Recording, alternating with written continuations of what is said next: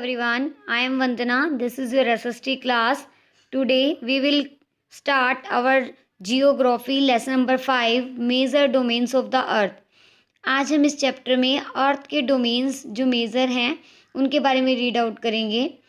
As you have read in the first chapter, the Earth is the only planet which has life.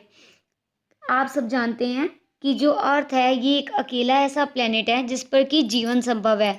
जो बाकी planets हैं हमारे उन पर जीवन है या नहीं है हमें कुछ भी नहीं पता. और वहाँ पे कैसा एटमॉस्फेयर है क्या है हम कुछ नहीं जानते उसके बारे में. इसलिए सिर्फ अर्थ ही एक ऐसा प्लेनेट है जहाँ पर कि जीवन संभव है. Human being can live here because the life sustaining element of land water and air are present on the earth. इंसान को जीने के लिए जो भी एलिमेंट्स जैसे कि लैंड वाटर और एयर की जो ज़रूरत होती है वो सिर्फ पृथ्वी पर ही प्रेजेंट है और कहीं भी ये प्रेजेंट नहीं है. The surface of the earth is a complex zone in which 3 main component of the environment meet overlap and interact. अब जो हमारा सरफेस है अर्थ का वो एक कॉम्प्लेक्स जोन है और ये 3 जो हमारे कॉम्पोनेंट है जो इन्वायरमेंट के वहाँ पर वो मीट भी करते हैं ओवरलैप भी करते हैं और एक दूसरे को इंटरेक्ट भी करते हैं. इसलिए ये 3 जो है जोन पर डिपेंड करता है. अब ये 3 जोन है कौन से? Lithosphere, atmosphere, hydrosphere. ठीक है. और जहाँ पर ये सब मिल जाते हैं उसे बोलते हैं बायोस्फेयर. जो कॉम्प्लेक्स जोन है वो है बायोस्फेयर. अब हम इसके बारे में रीड करते हैं. The solid portion of the earth on which we live is called lithosphere. पृथ्वी का वो हिस्सा जो कि सॉलिड है जिस पर हम रहते हैं, जैसे जो ज़मीन है जिस पे हम रह रहे हैं, जिस पे हम बिल्डिंग बनाते हैं, खेती करते हैं, ये सब क्या है? लिथोस्फेयर है. The gassier layers that surround the earth is the atmosphere. जो एक लेयर है पृथ्वी के चारों तरफ जो गैस की लेयर है उसे क्या कहते हैं? एटमॉस्फेयर. जिसमें कि अलग अलग तरह की गैसें हैं जैसे जिसमें ऑक्सीजन, कार्बन डाइऑक्साइड सारी गैसें हैं ना, तो वो क्या है? एटमॉस्फेयर. जहाँ पर which oxygen, nitrogen, carbon dioxide and the other gases are found. जहाँ पर ऑक्सीजन, नाइट्रोजन, कार्बन डाइऑक्साइड और बहुत सारी गैसें पाई जाती हैं. Water covers a very big area of the earth surface and this is called the hydrosphere. और पृथ्वी का वो हिस्सा जहाँ पर बहुत बड़ा हिस्सा जिस पर जो कि पानी से ढका हुआ है वो क्या कहलाता है? Hydrosphere. The hydrosphere comprise water in all forms all it's form that is ice, water and water vapour. Hydrosphere में वो सब चीज़ें आती हैं जिसमें कि पानी जिसमें बर्फ़ बन जाती है, वाटर वेपर बन जाता है या पानी की फॉर्म में ही होता है, तो ये सब भी हाइड्रोस्फेयर के पार्ट हैं. और biosphere is the narrow zone where we find land, water and air together which contains all form of life.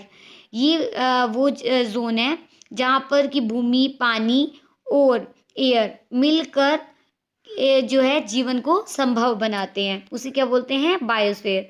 अब हम इन्हें अलग अलग रीड आउट करेंगे. सबसे पहले lithosphere. The solid portion of the earth is called lithosphere. जैसे कि हमने पहले ही पढ़ा है कि पृथ्वी का सबसे कठोर भाग लिथोस्फेयर कहलाता है. It comprise the rock of the earth crust and the thin layer of the soil that contains nutrient elements which sustain organism. वो हिस्सा इसमें जो चट्टानें पृथ्वी के ऊपर चट्टानें होती हैं, क्रस्ट या फिर थिन लेयर ऑफ सोइल जो मिट्टी की एक पतली सी सतह होती है जिसमें कि न्यूट्रिएंट्स होते हैं और उसके अंदर ही सभी ऑर्गेनिज्म जो है वो जीवित रहते हैं, वो क्या कहलाती है? Lithosphere. There are 2 main divisions of the earth surface. हमारे यहाँ पर जो अर्थ की जो सरफेस है इसके 2 मेन डिवीज़न है, उसके 2 भागों में बांटा गया है.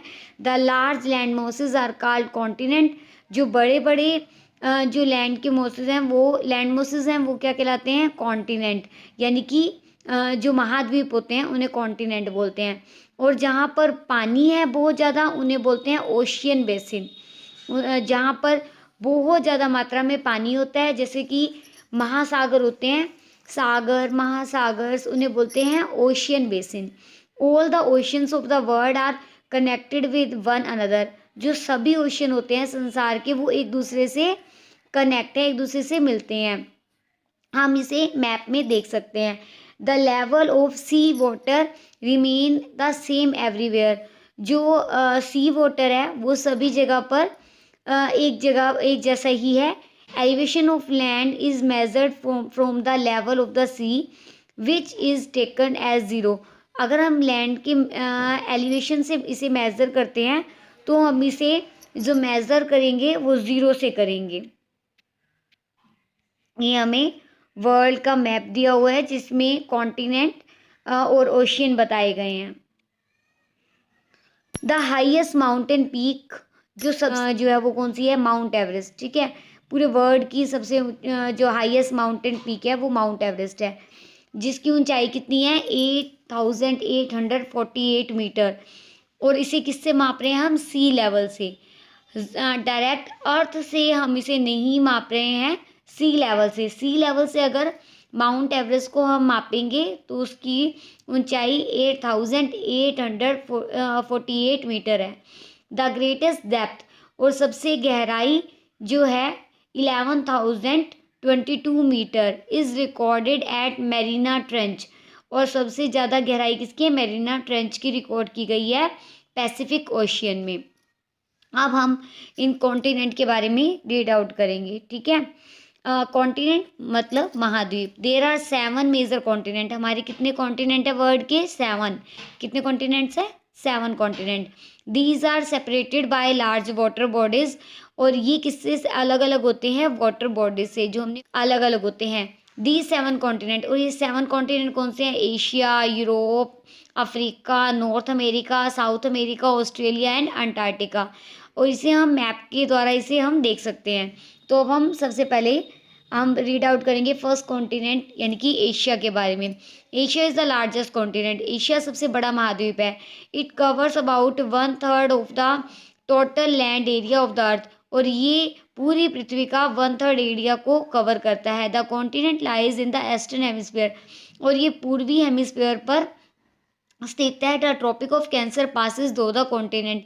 और ट्रॉपिक ऑफ कैंसर इस कॉन्टिनेंट को पास करती है, यानी कि यहाँ से गुजरती है। Asia is separated from Europe by Ural mountain on the west. जो एशिया को अलग करता है, कौन क्या अलग करता है यूरोप से? Ural mountain. यूरल माउंटेन इसे यूरोप से अलग करता है वेस्ट में। The combined land masses of the Europe and Asia is called Eurasia. और जहाँ पर यूरोप और एशिया इकट्ठे मिलते हैं उसे क्या बोलते हैं? यूरेशिया।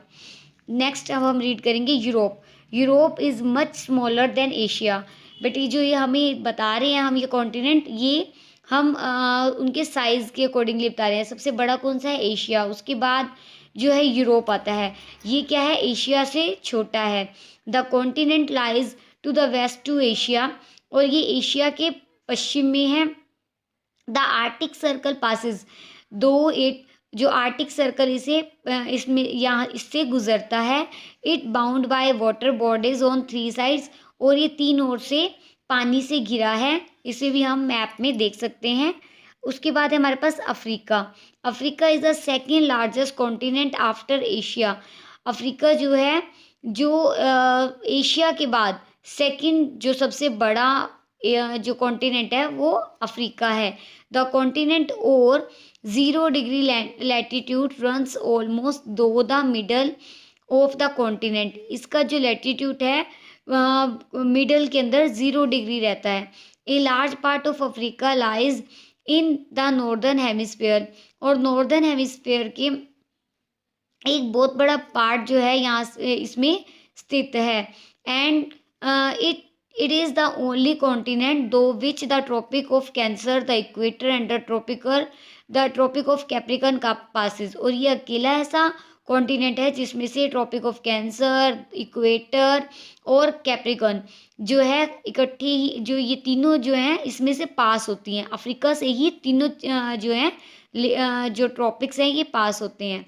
द सहारा डेजर्ट, सबसे बड़ा हमारे संसार का सबसे बड़ा डेजर्ट कौन सा है? Sahara desert. The world largest hot desert, ये कौन सा डेजर्ट है? Hot desert. मैं आपको ये भी बात क्लियर कर देती हूँ कि डेजर्ट भी 2 टाइप्स के होते हैं, एक हॉट डेजर्ट, एक कोल्ड डेजर्ट। जो रेत का डेजर्ट होता है वो होता है हॉट डेजर्ट, क्योंकि जो रेत की वजह से एकदम से जो कॉन्टिनेंट जो जगह गर्म हो जाती है, डेजर्ट जो गर्म हो जाता है, तो वो होता है हॉट डेजर्ट। और दूसरा होता है कोल्ड डेजर्ट। कोल्ड डेजर्ट वो होता है जो कि बर्फ से ढका हुआ होता है, जहाँ बर्फ की आंधियाँ और तूफान चलते हैं, तो वो उसे क्या बोलते हैं, कोल्ड डेजर्ट। ठीक है। और सहारा डेजर्ट जो वर्ल्ड का सबसे बड़ा डेजर्ट है वो अफ्रीका में ही स्थित है। The continent is bound on all side by ocean and seas. और इसकी बाउंड्री जो है सभी तरफ से महासागरों और सागरों से घिरी हुई है। इसके अंदर the world largest river the Nile, जो सब वर्ल्ड की सबसे लंबी जो रिवर है नाइल, वो नील, इसको हिंदी में बोलेंगे नील, वो भी अफ्रीका में से ही गुजरती है। North east where the equator, the tropic of cancer and Capricorn पा, ये हमने मैप में देखना है कि कहाँ से ये तीनों जो है अफ्रीका में से तीनों जो ट्रॉपिक्स हैं वो कैसे पास करते हैं। नेक्स्ट है हमारे पास नॉर्थ अमेरिका। नॉर्थ अमेरिका जो तीसरा कॉन्टिनेंट है सबसे बड़े कॉन्टिनेंट में, it is link to South America by a narrow strip. और ये साउथ अमेरिका से एक जो स्ट्रिप के जो है स्ट्रिप, एक जैसे बोलते हैं ना कि एक लाइन से इस्टिमस ऑफ पैनामा, जिसे इस्टिमस ऑफ पैनामा बोलते हैं, उसमें उससे अलग होती है। The continent lies completely in the northern and western hemisphere. और ये जो कॉन्टिनेंट है बिल्कुल वेस्ट, पश्चिमी और उत्तरी हेमिस्फीयर से कनेक्ट है। 3 ओशियन सराउंड दिस कॉन्टिनेंट, और 3 ओशियन इस कॉन्टिनेंट से के चारों तरफ हैं। नेक्स्ट है अब हमारे पास South America. South America lies mostly in the southern hemisphere. ये ज़्यादातर कहाँ पे स्थित है, साउथ में ही स्थित है, साउथर्न हेमिस्फीयर पे स्थित है। विच 2 ओशियन सराउंड इट, और इसके चारों तरफ 2 ओशियन है। It on east and the west, जो कि पूर्व और पश्चिम में है। The Andes the world longest mountain, जो एंडस जो संसार का सबसे बड़ा माउंटेन है वो यहीं पर है। Runs through it length and from now north to south, जो कि उत्तर से दक्षिण की तरफ है। South America has the world largest river the Amazon. आपको पता है अमेजन सबसे बड़ी रिवर है।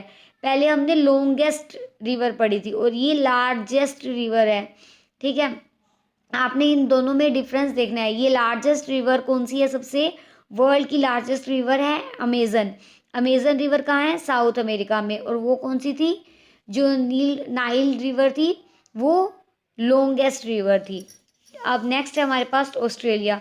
ऑस्ट्रेलिया सबसे छोटा कॉन्टिनेंट है जो कि साउथर्न हेमिस्फीयर पर है। Southern it is surrounded on all side by the ocean and seas, और ये चारों तरफ से ओशन से और सीज से घिरा हुआ है। It is called an island continent, और इसे आइलैंड कॉन्टिनेंट भी कहा जाता है। नेक्स्ट है हमारे पास Antarctica. Antarctica completely in the southern hemisphere is a huge continent. ये एक साउथर्न हेमिस्फीयर पर स्थित है और एक बहुत बड़ा साउथर्न साइड का एक बड़ा कॉन्टिनेंट है। The South Pole lies almost at the centre of the continent, और जो साउथ पोल है इस कॉन्टिनेंट के बिल्कुल मध्य में है। As it is located in the south polar region, और इससे और यहाँ इस क्षेत्र को पोलर रीजन भी कहा जाता है। It is completely permanently covered with thick ice. क्यों कहा जाता है पोलर रीजन, क्योंकि यहाँ पर बहुत ज़्यादा बर्फ़ होती है। और आपको पता है सबसे ज़्यादा ठंडा एरिया अंटार्कटिका है, जहाँ पर -50 -60 डिग्री टेम्परेचर भी होता है। There are no permanent human settlement, और यहाँ पर कोई भी परमानेंट सेटलमेंट नहीं है, लोग यहाँ पर परमानेंटली नहीं रहते हैं।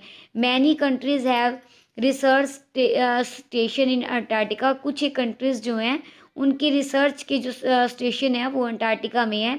India also has research station there. India का भी रिसर्च स्टेशन यहाँ पर है। These are named as Maitri and Dakshin Gangotri, जिसे मैत्री या फिर दक्षिणी गंगोत्री के नाम से जाना जाता है। Hope you understand the concept of the topic that I have shared with you, and rest of the chapter we will meet in our next video. Thank you.